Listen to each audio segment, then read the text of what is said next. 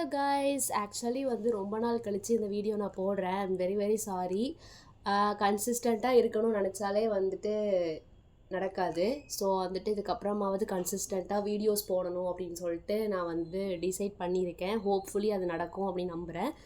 So இந்த video வந்துட்டு ரொம்ப நாள் கழித்து போடுறனால ஸோ ஒரு ஷார்ட்டான ஒரு சின்ன வீடியோ தான். இதுக்கப்புறம் கன்சிஸ்டண்ட்டாக விளாக்ஸ் அண்ட் நிறைய என்டர்டைன்மெண்ட்ஸ் அண்ட் நிறைய யூஸ்ஃபுல் இன்ஃபர்மேஷன் இருக்கிற வீடியோஸ்லாம் வரும்.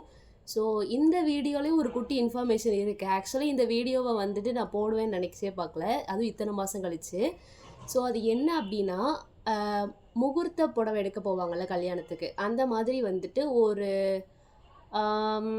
ஒரு ஃபெப் இருக்காது, ஒரு மார்ச் ஏப்ரல் சம்திங் அந்த மாதிரி இருக்கும். ஸோ அந்த மாதிரி டைமில் வந்துட்டு எனக்கு மே மந்த் மேரேஜ். ஸோ அதுக்கு முன்னாடி முகூர்த்த புடவை எடுக்க போயிருந்தோம். மோஸ்ட்லி ஏப்ரலாக இருக்கும்னு நினைக்கிறேன்.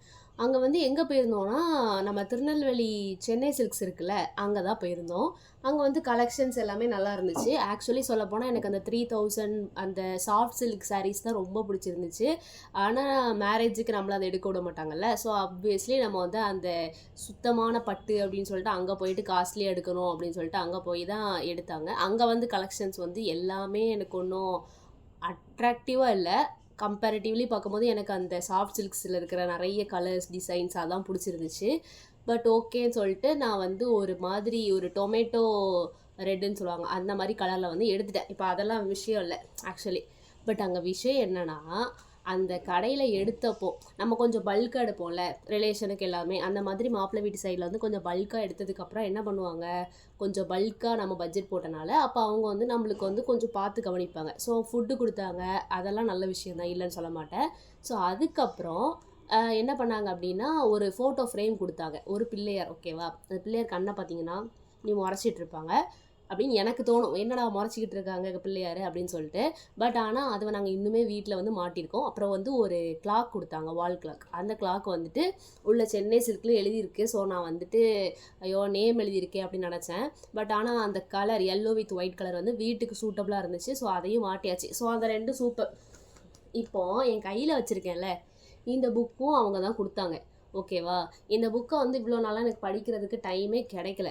ஏன் அப்படின்னா, இந்த புக்கை வாங்கி அப்படியே உள்ளே வச்சதோடு சரி, அதுக்கப்புறம் திறக்கவே இல்லை. யூஸ்வலாக எனக்கு புக் ரீடிங் பழக்கம் நல்லாவே உண்டு. ஸோ வந்து நான் சின்ன வயசுலேயே வந்து லைப்ரரி புக்ஸு அதெல்லாம் வந்து அம்மா கூட அம்மாவுக்கு நிறைய பழக்கம் உண்டு அந்த புக்ஸ் ரீட் பண்ணுறது. அதுவும் இந்த க்ரைம் த்ரில்லர்ஸு அதெல்லாம் வந்துட்டு படிப்பாங்க. ஸோ அதே மாதிரி நானும் படிப்பேன். என் தங்கச்சி எல்லாருமே படிப்போம்னு வச்சுக்கோங்களேன். ஸோ இந்த புக்கு வந்துட்டு எனக்கு கொடுத்துருந்தாங்க. நான் அந்த டைமில் வாங்கி உள்ளே வச்சுருந்தோம். ஸோ எனக்கு மறந்துட்டு பார்த்தீங்கன்னா அப்படி புதுசாக இருக்கும். ஒரு சின்னதாக ஒரு மடங்கள் கசங்கள் கூட இல்லாமல் அப்படி புதுசாக இருக்கும். இதில் பார்த்தீங்கன்னா இதில் இருக்கும், தி சென்னை சில்க்ஸ்ன்னு போட்டு ஒரு அம்மா கும்பிட்டுருக்காங்களா. ஸோ இந்த புக்கு வந்து கொடுத்துருந்தாங்க. நேற்று என்ன பண்ணேன், பெட்ரூம் ஃபுல்லாக ஒதுங்க வச்சேன். சரி, ஒதுங்க வச்சதப்போ நம்ம கண்ணில் வந்து இது பட்டுச்சு. சரி, இவ்வளோ அழகாக கொடுத்துருக்காங்களே, அதுவும் மணமக்கள் மகிழ்வோடு வாழ்வது எப்படி அப்படின்னு கொடுத்துருக்காங்களே. சார், நம்ம இதை படிக்காமல் போயிட்டோமே, 7 மாதம் வேஸ்ட் பண்ணிட்டோமே. ஐ மீன் நம்ம நல்லா தான் ஹாப்பியாக தான் வாழ்ந்துட்டுருக்கோம். சொல்லப்போனால் I am truly blessed to have my husband. So அதுக்கு வந்து எந்த ஒரு ரெக்ரெட்டும் கிடையவே கிடையாது. இதுக்கப்புறமும் ரெக்ரெட் கிடையாது. ஸோ எப்போவுமே ஹாப்பி ஸ்டோரி, ஹாப்பி மூமெண்ட்ஸ் தான். ஸோ அது வந்து பிரச்சனை இல்லை. இப்போ என் பிரச்சனை என்னென்னா, இந்த புக்கை வந்துட்டு சரி படிப்போம், ஏதாவது இம்ப்ரூவ்மெண்ட். ஸ்டில் நம்ம வந்து ஆல்ரெடி ஒரு 100 to 100% ஹாப்பியாக நம்ம ஹஸ்பண்ட் கூட இருந்தாலும் கூட ஒரு +1 மார்க் அந்த மாதிரி எதுக்காவது யூஸ் ஆகுமா அப்படின்னு சொல்லிட்டு இந்த புக்கை எடுத்து படித்தேன். ஃபஸ்ட்டு வந்துட்டு என்ன போட்டிருந்தாங்கன்னா, மணமக்கள் மகிழ்வோடு வாழ்வது எப்படின்னு ஹெட்டிங் போட்டுட்டு உள்ளே போனீங்கன்னா, மணமகனே உனக்கு அப்படின்னு போட்டிருந்தாங்க. என்ன போட்டிருக்காங்க, மணமகனே உனக்கு. அதாவது மாப்பிள்ளைக்கு ஃபஸ்ட்டு சொல்கிறாப்புல. யார் இது எழுதுனதுன்னா, அது எழுதினவர் பேர் நான் சொல்லியே ஆவேன், அது அவர் பார்த்தாலும் பரவாயில்ல. அவர் மீன்ஸ் அவங்க. ஓகேவா. So Ramanathan. Okay. So Ramanathan sir maybe கண்டிப்பாக ஏஜ்டு பர்சனாக இருப்பாங்க, நிறைய தெரிஞ்சிருக்கும்ல. ஸோ அதனால தானே இதை சொல்ல வந்திருக்காங்க. ஸோ அந்த சார் வந்து நிறைய புக்ஸ் எழுதியிருப்பாங்க. மற்ற புக்ஸ் பற்றி எனக்கு தெரியாது, ஐம் ட்ரூலி சாரி. மற்ற புக்ஸ் பற்றி எனக்கு தெரியவே தெரியாது. சூப்பரான புக்ஸ் எழுதியிருக்கலாம், பட் எனக்கு அது தெரியாது. பட் இந்த புக்குக்காக மட்டும்தான் நான் ரிவ்யூ சொல்ல வரேன். ஓகேவா. இந்த புக்கில் வந்துட்டு எடுத்தோடனே தம்பி மணமகனே வாழ்க நீ வாழ்க அப்படின்னு சொல்லிட்டு ஆரம்பிக்கிறாங்க. ஓகேவா. சில இது வந்துட்டு பார்த்தீங்கன்னா ஓகே ஓகே. அ என்னதான் வந்துட்டு இருந்தாலும், ஆமா சொல்றது கரெக்ட்டு தான். அந்த மாரி சில இது இருக்கு. பட் சில இது பார்த்தீங்கன்னா, ரொம்ப அப்படி அதாவது எப்படி சொல்றது? மேபி நம்ம இந்த ஜென்ரேஷன்ல அத வாசிக்கும்போது அப்படி இருக்குதா? இல்ல ஏன் வந்து இப்படி இவங்க எழுதியிருக்காங்கன்னு எனக்கு புரியல. டூ பி ஃப்ராங்க் என்ன சொல்லணும்னா, நீ வந்து லஸ்ட்லலாம் வந்து நீ இந்த மாரி பிஹேவ் பண்ணு. நீ இப்படி பிஹேவ் பண்ணனா, நீ அவள வந்து கைக்குள்ள வச்சுக்கலாம். அவ வந்து மாலா மாலான்னு போற மாரி, அவ வந்து உன் பின்னாடியே சுத்திட்டு வருவா. நீ என்ன சொன்னாலும் செய்வா. ஒரு மாதிரி கிட்டத்தட்ட வசியம் பண்ணுவது எப்படி அப்படிங்கிறத ஒரு 2, 3 பக்கத்துக்கு ஐயா எழுதியிருக்காங்க. அதுக்கு அத கூட பரவால்ல. இன்னும் நெறையவே எழுதியிருக்காங்க பையனுக்கே. நான் அப்பவே நெனச்சிட்டேன். பையனுக்கு இவ்வளோ எழுதியிருக்காங்களே! அப்போ பொண்ணுக்கு என்னலாம் எழுதியிருப்பாங்க அப்படின்னு சொல்லிட்டு நான் யோசிச்சுட்டு, அப்படியே ஸ்கிப் பண்ணிட்டேன் ஃபர்ஸ்ட்டு. ஸ்கிப் பண்ணிட்டு நேரா என்ன பண்ணேன், பொண்ணுக்கு போனேன். ஓகே. பொண்ணுக்கு போறதுக்கு முன்னாடி நடுவுல ஒரு பக்கம் மாட்டுச்சு. அதுவும் அந்த இல்லற வாழ்க்கை அந்த இதுதான். எல்லாமே எழுதியிருக்கிறாப்புல. அந்த காலத்துல வந்து நாங்கலாம் சொல்லி அனுப்புவோம். இந்த காலத்துல வந்துட்டு சொல்லவே தேவையில்ல அப்படின்னு. சொல்லவே தேவையில்லன்னா நீங்க ஏன் புக்கு போட்டிருக்கீங்கன்னு எனக்கு தெரியல. பட் ஆனா ஓகே. அது கூட எனக்கு அத பத்திலாம் நான் பேச மாட்டேன் நானு. அதையும் தாண்டி போனீங்கன்னா, பொண்ணுக்காக பொண்ணுக்காக ஏதாவது நல்லா எழுதியிருப்பாங்கன்னு நான் நெனச்சேன். ஓகேவா? அப்படியும் கிடையாது. என்னது? உன்னைய பத்தி வந்து என்ன சொன்னாலும் நீ என்ன பண்ணணும்? எதிர்த்து பேசாத, அது பண்ணாத, இது பண்ணாத, உன்னோடைய விஷயம், உன்னோட வேலை என்ன? நீ ஒரு பெண். நீ ஒரு பெண்ணாக தான் இருக்கணும். அதனால நீ தன்மையா தான் இருக்கணும். புருஷன் ஆஃபீஸ் போயிட்டு வந்தாங்கன்னா, கதவ தொறந்து சிரிச்ச முகத்தோட வாங்க அப்படின்னு கூப்பிட்டு, அதாவது ஐயா வந்து இந்த காலத்துல பொண்ணுங்களும் ஆஃபீஸ் போவாங்கங்கிறதே எழுதல. ஒன்லி பசங்க ஆஃபீஸ் போகிறதாவே சார் நினச்சிட்டு இருக்காங்க. ஸோ அது தப்பு இல்லை, அவங்களுடைய பார்வைக்கு அப்படி தெரியுது. ஸோ அது கூட நான் பாசத்தில் செய்கிறது தப்பே கிடையாது. அதெல்லாம் இல்லை, இன்னும் வருது இன்னும் வருது பாயிண்ட்ஸு. என்னன்னா, நம்மளுடைய அதாவது பொண்ணோட ஃபேமிலி இருக்காங்கல்ல, அவங்கள பற்றி மாப்பிள்ளை வீட்டில் தப்பு தப்பாக பேசினாலும் என்ன செய்யணுமாமா, அப்படியா அப்படியா அப்படின்னு சொல்லிட்டு அமைதியாக இருக்கணுமாமா. இதுதான் வந்து ஒரு பெண்ணோட தன்மையாமா. இப்படி இருந்தால் தான் குடும்பம் நல்லா இருக்குமாமா. ஓகேவா? அதாவது மாமியார் வந்து எதிர்த்து என்ன பேசினாலும் அமைதியாக இருக்கணுமா. ஓகே. நாத்தனார்கள் என்ன பேசினாலும் அமைதியாக இருக்கணுமா. அது தன்னை பற்றி மட்டும் இல்லை, தான் குடும்பத்தை பற்றி பேசினாலும் அமைதியாக இருக்கணுமா. ஏன்னா அவங்களாம் நம்மளை டெஸ்ட் பண்ணுறாங்களாமா. அதாவது இவ வந்து என்ன அடித்தாலும் தாங்குவாளா அப்படின்னு டெஸ்ட் பண்ணுறாங்களாமா. அந்த டெஸ்ட்டை நம்ம பாஸ் பண்ணிட்டோம்னா நம்ம வேற லெவலாமா. ஓகேவா? இது ஒன்று. இன்னொன்று என்ன அப்படின்னா, அதாவது இது ரொம்ப இது அதாவது என்னன்னா, இந்த படிக்க புக்கை தூக்கி அங்கே போட்டுடலாம் தான் வந்துச்சு. தூக்கி போட்டுடலாம். அது போகி பண்டிகை மாதிரி ரூமை ஃபுல்லாக க்ளீன் பண்ணேன்னா அந்த புக்கையும் அதோட போட்டுடலாம் தான் நான் இருந்தேன். பட் ஆனால் அதுக்கு சரி என்னதான் அப்படி எழுதியிருக்கான்னு பார்த்தா, ஒவ்வொரு பேஜுக்கும் ஒருத்தங்களுக்கு எப்படிங்க கோவம் வரும்? எப்படிங்க ஒருத்தங்களுக்கு பார்த்தாலே வெறி வரும்? அப்படிதான் எனக்கு பார்த்தாலே வெறி. ஒவ்வொரு பக்கமும் பார்த்தாலே வெறி. நிஜமா. இதை நான் போட்டே ஆகணும். எதுக்கு சொல்ல வரேன்னா, இந்த புக்கை வந்து தயவு செஞ்சு இந்த புக்கை பார்த்துக்கோங்க. இந்த புக்கை வாங்கி படித்து தான் நீங்கள் இதை மாதிரி இருக்கணும் அப்படின்னு நினைக்கவே நினைக்காதீங்க. ஏன்னா இதை பார்த்து சில பேர் இப்படிலாம் இருந்தால் தான் நம்ம லைஃப் நல்லா இருக்கும் போல் அப்படின்னு நினச்சி இதை ஃபாலோ பண்ணுறேன் அப்படிலாம் தயவு செஞ்சு பண்ணாதீங்க. இந்த புக்கே வேண்டாம், எந்த புக்கும் வேண்டாம். ஓகேவா? உங்கள் மனசுக்கு எப்படி இருக்கணும்னு தோணுதோ, எது வந்து சரின்னு தோணுதோ அதை வந்து நீங்கள் ஃபாலோ பண்ணுங்கள். அப்படியே உங்களுக்கு தெரியலனா, உங்களுக்கு நம்பிக்கையாக இருக்கிறவங்க கிட்ட போய் கேட்டு தெரிஞ்சுக்கோங்க.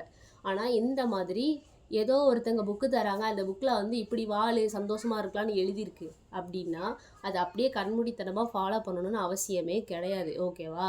இதில் முக்கியமாக ஒரு பொண்ணுக்கு என்ன எழுதியிருக்கு அப்படின்னா, அந்த பொண்ணு ஹஸ்பண்ட் முன்னாடி மட்டும்தான் அழகாக ட்ரெஸ் பண்ணிட்டு சீடி சிங்காரிச்சுக்கணுமாமா. ஓகேவா?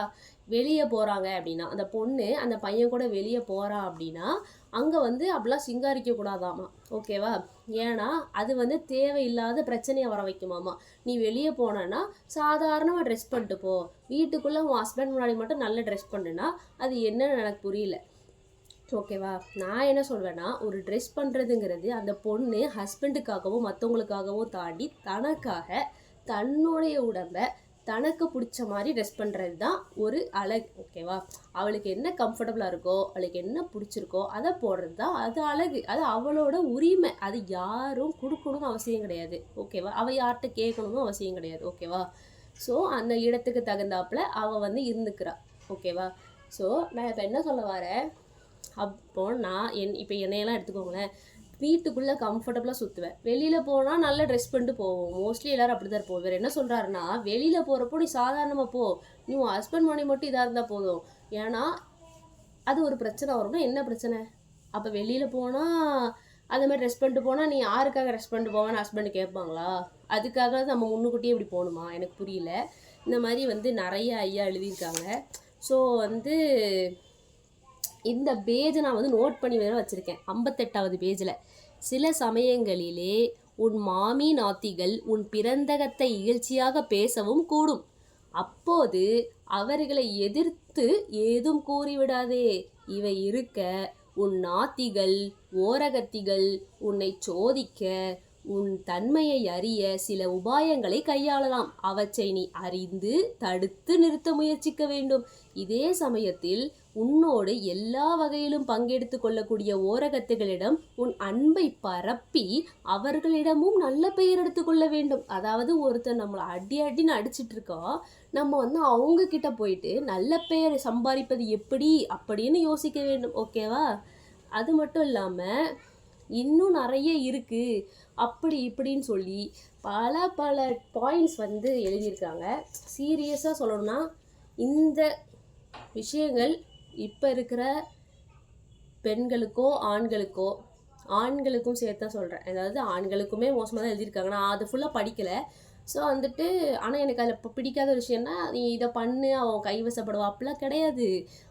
அன்பாக பார்த்துக்கோங்க, அவங்களுக்கு என்ன வேணும்னு கேட்டு தெரிஞ்சுக்கோங்க, புரிஞ்சுக்கோங்க. ஆட்டோமேட்டிக்காக ஒய்ஃப் உங்ககிட்ட எல்லாம் ஷேர் பண்ண போகிறாங்க, நீங்களும் அவங்கக்கிட்ட ஷேர் பண்ண போகிறீங்க. அவங்க 2 பேருக்குள்ளே அது மியூச்சுவல் ஒரு அண்டர்ஸ்டாண்டிங்கோ ரெஸ்பெக்டோ, கிவ் ரெஸ்பெக்ட் டேக் ரெஸ்பெக்ட்னு அது ஒரு ஃபார்மில் போகும். அதை விட்டுட்டு நீ வந்து இதை பண்ணால் அவன் உன் கைக்குள்ளே வந்துடுவா, வேணாம். எதுக்கு இதெல்லாம்? நம்ம என்ன வசியமாக பண்ண போகிறோம், இல்லை பிளாக் மேஜிக் பண்ண போகிறோமா? இல்லை, கல்யாணம் பண்ணி குடும்பம் நடத்த போகிறோம். ஸோ இந்த புக்கை வந்து கொடுத்ததுக்கு ரொம்ப நன்றிங்க அந்த கடைக்காரங்க. ஆனால் தயவு செஞ்சு இந்த மாதிரி புக்கை வந்து உள்ளே என்ன இருக்குதுன்னு தெரியாமல் அப்படியே தூக்கி கொடுக்காதீங்க. இதில் வேற ஃப்ரண்ட்டில் உங்களோட பேரை வேற நீங்கள் அடித்து தரீங்க. இல்லற வாழ்க்கை எல்லா வளங்களுடன் சிறந்து தி சென்னை சில்கின் இதயங்களிலிருந்து வாழ்த்துக்கள். இதயம் கனிந்த வாழ்த்துக்களா? சில விஷயம் ஓகேவாக தான் இருக்குது. நான் அப்படியே எல்லாத்தையும் தான் தப்பு சொல்ல மாட்டேன். ஆனால் அப்படியே ஒரு 2 பக்கம் மாறிட்டோன்னா ஃபுல்லாக நான் சொல்லவே இல்லை, நிறைய இருக்குது இதில். அப்படியே பேன்னு அடிச்சு விட்ருக்காங்க. அதெல்லாம் வந்துட்டு நான் சொல்ல விரும்பலை. இதில் எனக்கு அதை பற்றியெல்லாம் பேச பிடிக்காது. அதாவது சில விஷயம் எப்படி சொல்லியிருக்காருன்னா, மாப்பிள்ளைங்க வந்துட்டு நீங்கள் சம்பாதிக்கிற காசை வந்துட்டு கொண்டு போய் கொடுங்க பொண்ணுங்களுக்கு, அவங்க வந்து அந்த குடும்பத்தை எப்படி நடத்துறது அப்படின்னு சொல்லிட்டு சிக்கனமாக எப்படி நடத்துவது அப்படின்னு சொல்லிட்டு அந்த பொண்ணுங்க அறிஞ்சு அதுக்கேற்ற மாதிரி நடந்துக்கணும். அந்த மாதிரி கொஞ்சம் பட்ஜெட் பிளானிங்லாம் வந்து போட்டிருக்காங்க. நான் எல்லாமே தப்பு சொல்ல மாட்டேன். ஆனால் சில விஷயங்கள் சீரியஸ்லி மேபி மணமகனுக்கு தனி புக்கும் மணமகளுக்கு தனி புக்கும் கொடுத்து தனித்தனியாக கையில் கொடுத்தா கூட பரவாயில்ல. 2 ஒரே புக்கில் கொடுத்து அந்த புக்கை 2 பேர் கையிலையும் கொடுத்துட்டு நீங்கள் 2 பேர் சேர்ந்து இதை படிங்கன்னா அது எப்படி? மணமகளே அப்போ மணமகன் குழந்தை படிக்கும்போது தெரியாதா? புரியுதா உங்களுக்கு? அது ஒரு மாதிரி இரிட்டேட்டிங்காக இருக்குங்க. இந்த புக்கை நான் வந்து இந்த வீடியோவில் காட்டினதோட நான் வந்து டிஸ்போஸ் பண்ண போகிறேன். I am so sorry. Book dispose பண்ண மாட்டேன். மேபி நான் வந்து வச்சுருப்பேன். வேறு யார்கிட்டையாவது வர்றவங்ககிட்ட இங்கே பாரு இந்த மாதிரி ஒன்று வந்துச்சு, இந்த மாதிரிலாம் வந்து நடக்கக்கூடாது, சரி உனக்கு வந்துச்சுன்னா அப்படின்னு சொல்கிறதுக்கான வச்சுக்கலாம் பத்திரமா. ஏன்னா புக்கு வந்து என்னதான் இருந்தாலும் அது ஒரு book. So I have to give respect. என்னடா உளவிட்டு இருக்கா அப்படின்னு நினைக்காதீங்க. இந்த மாதிரி ஒரு கண்டென்ட் வந்து ஆல்ரெடி சோஷியல் மீடியாவில் தான் வந்துட்டு நம்ம வந்து இப்படி இருக்கணும் அப்படி இருக்கணும்னு ஒவ்வொருத்தரும் ஒன்று சொல்லி இப்போ எதை எடுத்து நம்ம வாழ்கிறதுனே தெரியாமல் போயிட்டுருக்கு. பட் சரி ஓகே, நம்ம சோஷியல் மீடியாவிலேருந்து ஒதுங்கி கொஞ்சம் புக்ஸ் ரீட் பண்ண போகலாம் அப்படின்னு வந்தால் கூட அந்த புக்ஸ்லேயும் வந்துட்டு நீ இப்படி இரு அப்படி இருன்னு இருக்கிற எல்லா புக்ஸையும் அப்படி கண்மூடித்தனமாக நம்பாமல் சீரியஸ்லி அது வந்து நமக்கு ஒர்க் அவுட் ஆகுமா, அது வந்து கரெக்டாக தான் மென்ஷன் ஆகிருக்கா? ஏன்னா அது எழுதுறது ஒன்றும் கடவுள் கிடையாது, அவங்களும் மனுஷங்க தான். ஓகேவா? அவங்களுக்கு தோன்றதை எழுதுறாங்க. ஒருத்தங்க சொன்னால் நீ எப்படி யோசித்து அதை நடந்துப்பியோ அதே மாதிரி தான் அந்த சொல்கிறவர் வந்து புக்கு வழியாக சொல்கிறார், அவ்வளோதான். ஓகேவா? அந்த புக்கை படிக்கும் போது நீ அதை யோசித்து தான் நடந்துக்கணும். புக்கில் எழுதியிருக்கா, புக்கில் எழுதினாலே அப்போ உண்மை தான், புக்கில் எழுதினாலே மாஸ் தான், புக்கில் எழுதினாலே நடந்துக்கலாம் அப்படிலாம் கிடையவே கிடையாது. புக்கு எழுதுறது ஒரு மனுஷன் தான், ஒரு மனுஷி தான். ஓகேவா? ஸோ இதை தான் சொல்லணும்னு நினச்சேன். நெக்ஸ்ட்டு வீடியோ வந்துட்டு இந்த மாதிரி சீரியஸாக இருக்காது. நெக்ஸ்ட் வீடியோ வந்துட்டு ஒரு ஒரு மொமெண்ட்ஸ், ஒரு பியூட்டிஃபுல் மொமெண்ட்ஸ். Actually recently. அதை வந்து நான் உங்ககிட்ட ஷேர் பண்ணுறேன். ஓகேவா? அதர் தேன் தட் எல்லோரும் ஹெல்த்தியாக இருங்க, நல்லா சாப்பிடுங்க. கொஞ்சம் ஹெல்தி லைஃப் ஸ்டைல் வந்து ஃபாலோ பண்ணணும் அப்படின்னு சொல்லிட்டு நான் வந்து எனக்கு 2026 ஜான்வரி ஆல்ரெடி கம்ப்ளீட் ஆயிடுச்சு. ஸோ அப்கமிங் மந்த்ஸ்லேயாவது கொஞ்சம் ஹெல்த்தியான டயட்ஸு, ஃபுட்ஸு, லைஃப் ஸ்டைல் எல்லாமே ஃபாலோ பண்ணணும் அப்படின்னு சொல்லிட்டு நான் நினச்சிட்ருக்கேன். ஸோ ஹோப்ஃபுல்லி உங்களுக்கும் வந்துட்டு அதே நடக்கணும். உங்களுடைய ஆசைகள் எல்லாமே, நீங்கள் ஒரு முடிவு வச்சுருப்பீங்க, கோல்ஸ், அதெல்லாமே நீங்களும் வந்துட்டு ஃபாலோ பண்ணணும்னு நினச்சிக்கிறேன்.